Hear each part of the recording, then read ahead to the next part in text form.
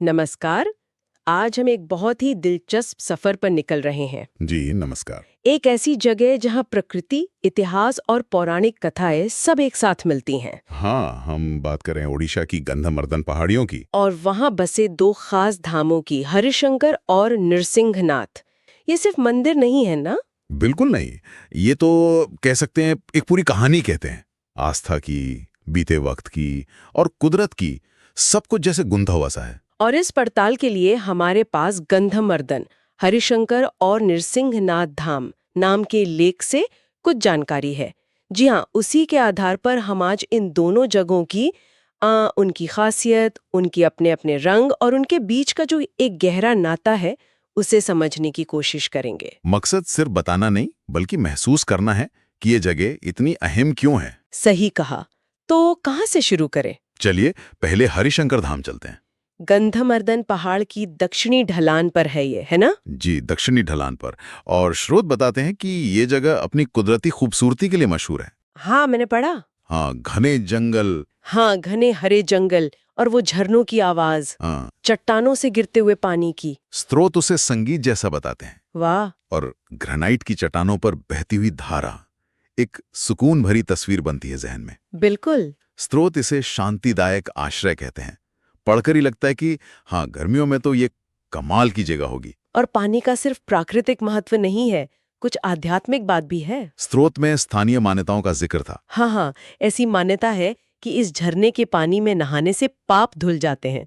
ये तो खैर आस्था की बात हुई, लेकिन अगर वैसे भी देखें तो यात्रियों के लिए, खासकर गर्मी के मौसम में, ये जगह एक बड़ी राहत, एक ठंडा सुकून देने वाला पड़ाव बन जाती है। प्रकृति और आस्था का सीधा सा मेल। बिल्कुल। अच्छा, अब थोड़ा इतिहास की तरफ देखें। ये मंदिर कब बना, किसने बनवाया? स्रोत कुछ बताते हैं इस बारे में? हाँ, बताते हैं। लेख के अनुसार जो अभी मंदिर का ढांचा है वो 14वीं शताब्दी का है। 14वीं शताब्दी। जी। इसे चौहान वंश के राजा थे वैजल देव चौहान। उनकी पत्नी रानी दुर्लभा देवी ने बनवाया था। अच्छा, रानी दुर्लभा देवी। ये तो एक पक्की ऐतिहासिक जानकारी हुई। जी, लेकिन कहानी शायद इससे भी पुरानी है। कैसे? स्रोत में एक जिक्र ये भी है कि चौहान शासकों ने खुद ही यहाँ भगवान हरिशंकर की मुख्य मूर्ति खोजी थी। ओह, तो मतलब मंदिर बनने से पहले भी ये जगह पवित्र मानी जाती होगी? बिल्कुल, अंदाजा यही लगता है। हो सकता है 14वीं सदी से पहले वहां कोई छोटा पूजा स्थल रहा हो, या शायद प्राकृतिक रूप से ही उस जगह का महत्व हो। और भी कुछ मिला है वहां पुरातात्विक नजरिए से? हाँ, एक बहुत दिलचस्प चीज मिली है। नृत्य करते हुए गणेश की एक मूर्ति। नाचते हुए गणेश जी की मूर्ति? वो कब की है? वो 12वीं शताब्दी की बताई जाती है। ये अपने आप में बड़ी बात है। हाँ, ये तो उस जमाने की कला और संस्कृति के बारे में बताती है। सही कहा कि वो इलाका सिर्फ धार्मिक ही नहीं, कला और शिल्प का भी केंद्र रहा होगा। तो अब तक तो ये एक शैव स्थल लग रहा है जिसका अपना इतिहास है, कला है। लेकिन स्रोत एक और परत खोलते हैं, बौद्ध धर्म से जुड़ाव। ये थोड़ा हैरान करने वाला है। हाँ, और यही बात इस जगह को और भी ज्यादा पेचीदा और दिलचस्प बना देती है। हरिशंकर मंदिर के पास ही पहाड़ी के ऊपर एक पठार है। हाँ, वहां बौद्ध धर्म से जुड़ी कुछ अवशेष मिले हैं। और ये कोई ऐसे वैसे अवशेष नहीं है। बौद्ध अवशेष एक हिंदू तीर्थ के इतने पास, इसका क्या मतलब समझे? माना जाता है कि ये अवशेष प्रसिद्ध परिमलगिरी महाविहार या कह लीजिए विश्वविद्यालय, उसी का हिस्सा है। परिमलगिरी, मैंने सुना है इसके बारे में। ये तो काफी बड़ा बौद्ध केंद्र था ना? जी हाँ, बहुत बड़ा। और कुछ विद्वान तो मानते हैं, जैसा स्रोत इशारा करते हैं, कि ये शायद बौद्ध धर्म की जो तांत्रिक शाखा है, वज्रयान। वज्रयान, हाँ। उसका एक प्रमुख केंद्र रहा होगा। तो ये इस तरफ इशारा करता है कि गंधमर्दन की पहाड़ियां सिर्फ शिव भक्तों के लिए ही नहीं, बल्कि बौद्ध साधकों और विद्वानों के लिए भी बहुत अहम रही होंगी। ये तो कमाल है। मतलब एक ही पहाड़ी पर शैव और बौद्ध दोनों परंपराओं के निशान। ये उस दौर के माहौल के बारे में क्या बताता है? क्या ये लोग शांति से साथ रहते थे? देखिए, स्रोत सीधे तौर पर उनके आपसी रिश्तों पर तो बहुत विस्तार से नहीं बताते, लेकिन अवशेषों का मिलना ही अपने आप में बहुत कुछ कह जाता है। ये दिखाता है कि शायद वो एक ऐसा दौर था जहां अलग अलग धार्मिक विचार अगर पूरी तरह मिले जुले नहीं भी थे, तो कम से कम एक दूसरे के आसपास मौजूद तो थे। हाँ, हो सकता है कुछ लेन देन भी होता हो विचारों का। संभव है। तो गंधमर्दन सिर्फ एक तीर्थ नहीं रह जाता, वो एक तरह का प्राचीन सांस्कृतिक चौराहा बन जाता है। ये वाकई अद्भुत है। हरिशंकर की वो शांति, वो पानी और इतना गहरा बहुस्तरीय इतिहास। हाँ, अच्छा, तो अब पहाड़ी के दूसरी धड़कन की ओर चलें। जरूर। नृसिंहनाथ मंदिर। हाँ, नृसिंहनाथ, ये कहाँ पर है और वहां पहुंचना कैसा है? ये गंधमवर्धन पहाड़ी की उत्तरी ढलान पर है। हरिशंकर से यहाँ जाने के लिए पहाड़ी के ऊपर से गुजरता हुआ करीब 16 किलोमीटर का रास्ता है। 16 किलोमीटर पहाड़ी रास्ता? जी। स्रोत कहते हैं कि ये रास्ता अपने आप में एक अनुभव है, खासकर ट्रैकिंग के शौकीन लोगों के लिए। हाँ, मतलब सिर्फ मंदिर दर्शन नहीं, बल्कि रास्ते में ही गंधमर्दन की प्रकृति को करीब से देखने का मौका। बिल्कुल। और जब आप वहां पहुंचते हैं तो मंदिर आपका ध्यान खींचता है। ये 15वीं शताब्दी में बना था। अच्छा, ये हरिशंकर वाले से बात का है? हाँ, थोड़ा बात का। इसे पटनागढ़ के राजा बैजल सिंह देव ने बनवाया था। और स्रोत के मुताबिक मंदिर बहुत ऊंचा नहीं है, करीब 45 फीट ही है। 45 फीट, ज्यादा बड़ा नहीं है। नहीं, पर उसकी बनावट खास है। उसमें कलिंग वास्तुकला की झलक मिलती है। कलिंग शैली, जो उड़ीसा के पुराने मंदिरों में दिखती है। जी वही। खासकर उसका जो शिखर है, जिसे देउल कहते हैं, और बाहरी दीवारों पर जो नक्काशी हो सकती है, उसमें उस शैली की छाप है। भले ही विशाल ना हो, पर कला की दृष्टि से महत्वपूर्ण है। और यहाँ के मुख्य देवता कौन है? हरिशंकर में तो शिव और विष्णु दोनों का रूप है। यहाँ मुख्य रूप से भगवान सिंह की पूजा होती है, लेकिन एक बहुत ही अनोखे रूप में। अनोखे रूप में? वो क्या है? मरजारा केशरी। मरजारा केशरी, इसका क्या मतलब हुआ? ये भगवान विष्णु का ही अवतार माना जाते हैं। मरजारा यानी बिल्ली और केशरी यानी सिंह, तो एक तरह से बिल्ली रूपी सिंह। बिल्ली रूपी सिंह, ये नाम तो पहली बार सुन रही हूँ। इसके पीछे कोई कहानी होगी जरूर। हाँ, और ये कहानी ही इस मंदिर की पहचान है। स्रोत एक बहुत मशहूर पौराणिक कथा बताते हैं। हाँ, बताइए। कहते हैं कि इस इलाके में पहले मूसिका दैत्य नाम का एक असुर था। मूसिका दैत्य यानी चूहे जैसा? हाँ, चूहे के रूप में था और लोगों को बहुत परेशान करता था। उसका आतंक बहुत बढ़ गया तो देवताओं ने विष्णु जी से मदद मांगी। और तब विष्णु जी ने ये मरजारा केशरी का रूप लिया। कथा तो यही कहती है। उस चूहे जैसे असुर को मारने के लिए भगवान ने बिल्ली का रूप धरा, पर उसमें सिंह की शक्ति थी। अच्छा, फिर? तो जब मरजारा केशरी ने उस मूसिका दैत्य का पीछा किया, तो वो डर के मारे एक दरार या कह लें सुरंग, उसमें घुस गया। सुरंग में? फिर क्या भगवान ने उसे अंदर जाके मारा? नहीं, यही कहानी थोड़ी अलग हो जाती है। वो असुर उस सुरंग से कभी बाहर ही नहीं निकला। कभी नहीं? कभी नहीं। और तब से ऐसी मान्यता है कि भगवान मरजारा केशरी आज भी उसी सुरंग के मुंह पर बैठे हैं, पहरा दे रहे हैं। पहरा दे रहे हैं ताकि वो असुर फिर बाहर ना आ सके। हाँ, ताकि वो दोबारा निकलकर आतंक ना फैला पाए। ये तो बहुत ही अलग और गहरा मतलब लिए हुए कहानी है। सिर्फ राक्षस को मारना नहीं, बल्कि बुराई को हमेशा के लिए रोक कर रखना। बिल्कुल। यहाँ जो बात आकर्षक है वो यही है।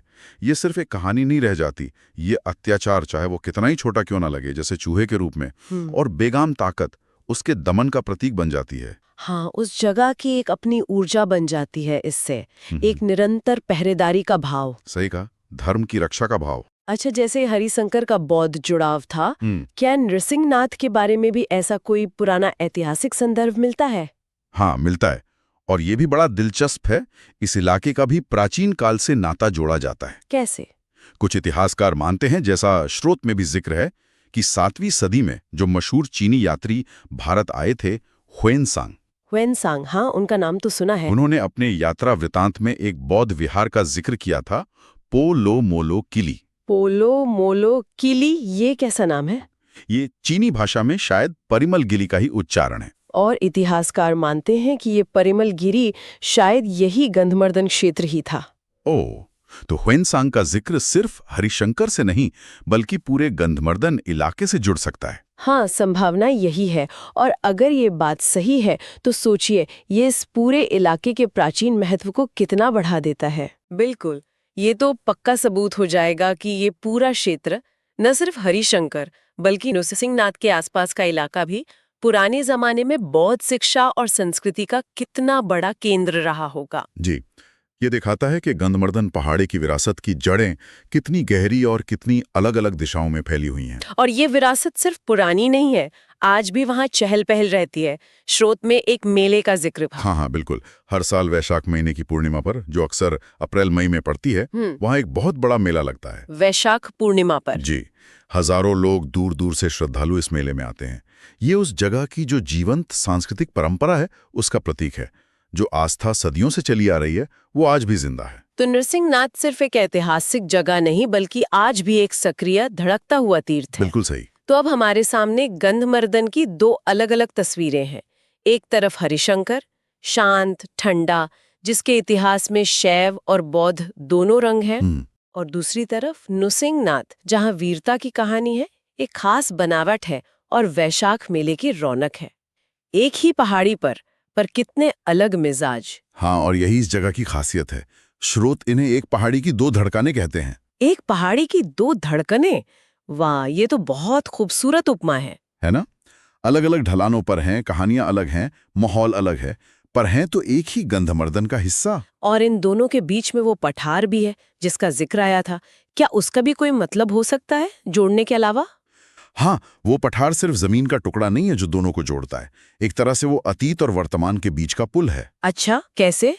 देखिए, वहां हरिशंकर के पास वाले प्राचीन बौद्ध अवशेषों की शांति है, और शायद वहीं खड़े होकर नरसिंहनाथ की तरफ से आती पौराणिक कथा की गूंज भी महसूस होती हो। हाँ, ये हो सकता है। वो पठार शायद उस मिलाप का प्रतीक है जो पूरी गंधमर्दन पहाड़ी अपने आप में समेटे हुए है, जहां अलग अलग विश्वास, अलग अलग जमाने और प्रकृति की शान सब एक साथ मौजूद हैं। वो सिर्फ जमीन नहीं, विचारों और इतिहास के मिलने की जगह है। तो इन सब का निचोड़ क्या निकलता है? जब हम हरिशंकर और नृसिंहनाथ को, उनके इतिहास, कथाओं और इस आपसी रिश्ते को एक साथ देखते हैं, तो गंधमर्दन की पूरी तस्वीर कैसी बनती है? तस्वीर ये बनती है कि गंधमर्दन सिर्फ एक सुंदर पहाड़ी नहीं है। ये एक कह सकते हैं बहुस्तरीय सांस्कृतिक और आध्यात्मिक नजारा है। यहाँ शैव मत का केंद्र है, हरिशंकर वैष्णव मत का केंद्र है, नृसिंहनाथ यहाँ प्राचीन बौद्ध विहार परिमलगिरी के होने की संभावना है, यहाँ चौहान राजा रानियों के काम की कहानी है, और शायद हुएनसांग जैसे विदेशी यात्री के आने के भी निशान हैं। बिल्कुल। और इन सब के ऊपर प्रकृति का वो अद्भुत लिहाफ है, वो झरने, जंगल, चट्टानें जो ना सिर्फ सुंदर हैं बल्कि इन कहानियों और आस्थाओं का हिस्सा बन गई हैं। जैसे हरिशंकर का झरना या नृसिंहनाथ की वो सुरंग वाली बात। सही।